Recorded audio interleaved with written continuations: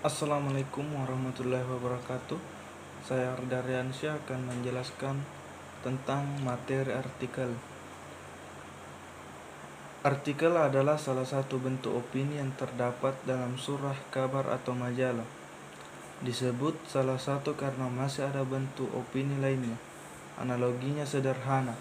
Kalau kita membuka halaman demi halaman surat kabar atau majalah, maka secara umum isinya dapat dikategorikan ke dalam 3 kelompok besar. Yang pertama adalah berita atau news. Kemudian yang kedua disebut opini atau views. Kemudian yang ketiga dinamakan iklan atau advertising.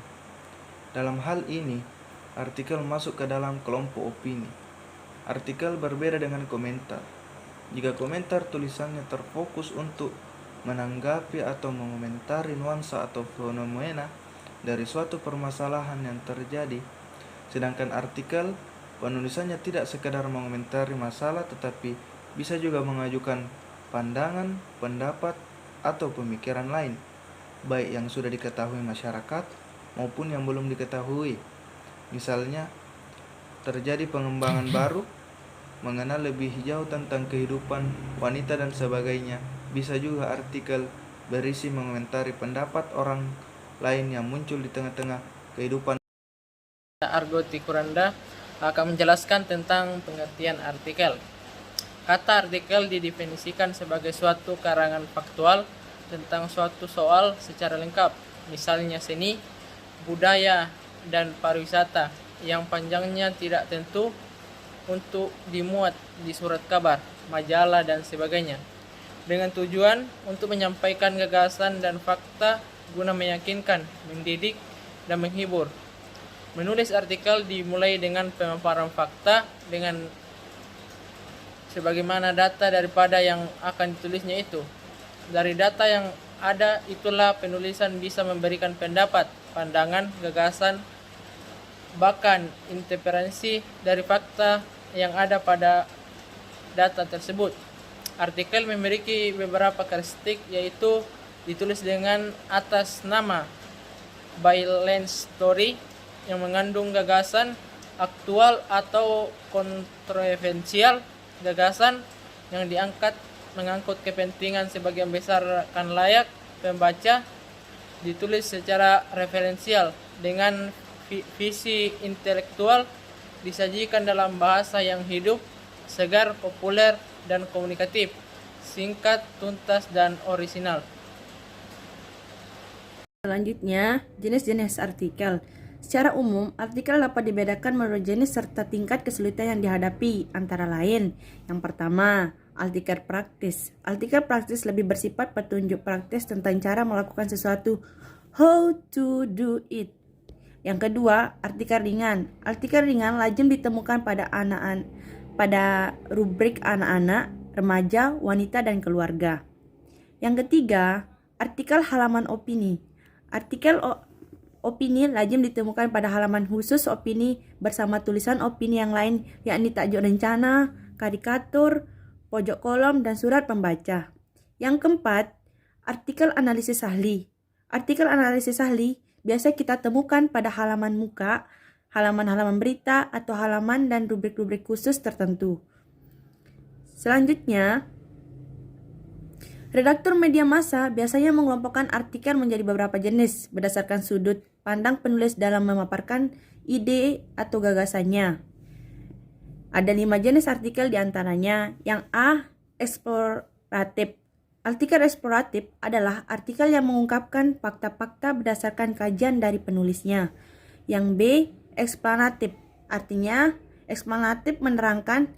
Artikel ini biasanya isinya menerangkan sesuatu untuk dapat dipahami pembacanya. Yang C, deskriptif. Deskriptif adalah artikel yang menggambarkan suatu permasalahan yang terjadi di tengah masyarakat sehingga dapat mengetahui apa yang sebenarnya terjadi. Dan yang D, prediktif, adalah artikel yang berisi perhitungan atau ramalan apa yang akan terjadi di kemudian hari berdasarkan perhitungan penulisnya. Dan yang terakhir, preskriptif, adalah artikel yang memberikan tuntutan kepada pembaca untuk melakukan sesuatu sehingga tidak mengalami kekeliruan atau kesalahan. Bahan artikel. Bahan-bahan artikel meliputi buku, tulisan, atau clipping koran tentang masalah yang akan ditulis. Disinilah pentingnya memiliki perpustakaan pribadi atau clipping koran ataupun majalah. Bahan juga bisa diambil dengan mencari referensi dengan mudah dengan melalui akses internet. Gunakan saja fasilitas tersedia yang bisa menyajikan secara lengkap dan cepat.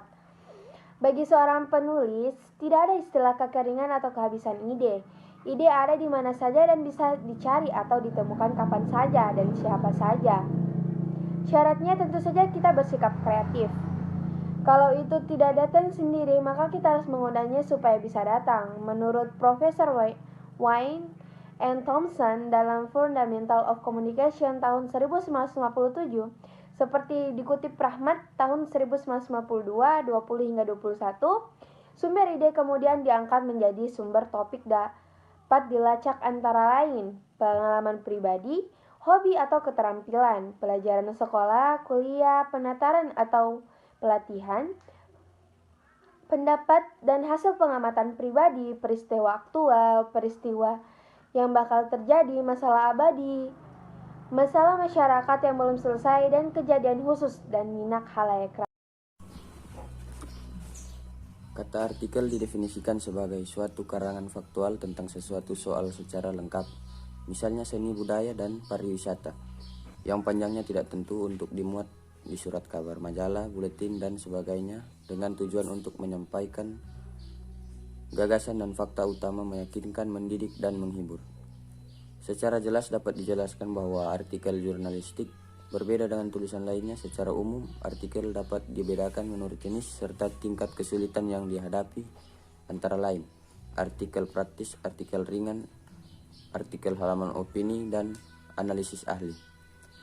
Bahan-bahan artikel meliputi buku, tulisan, atau clipping koran tentang masalah yang akan ditulis. Disinilah pentingnya memiliki perpustakaan pribadi atau clipping koran atau majalah. Bahan juga bisa diambil dengan mencari referensi dengan mudah melalui internet. Guna saja fasilitas search engine yang bisa menyajikan secara cepat dan lengkap.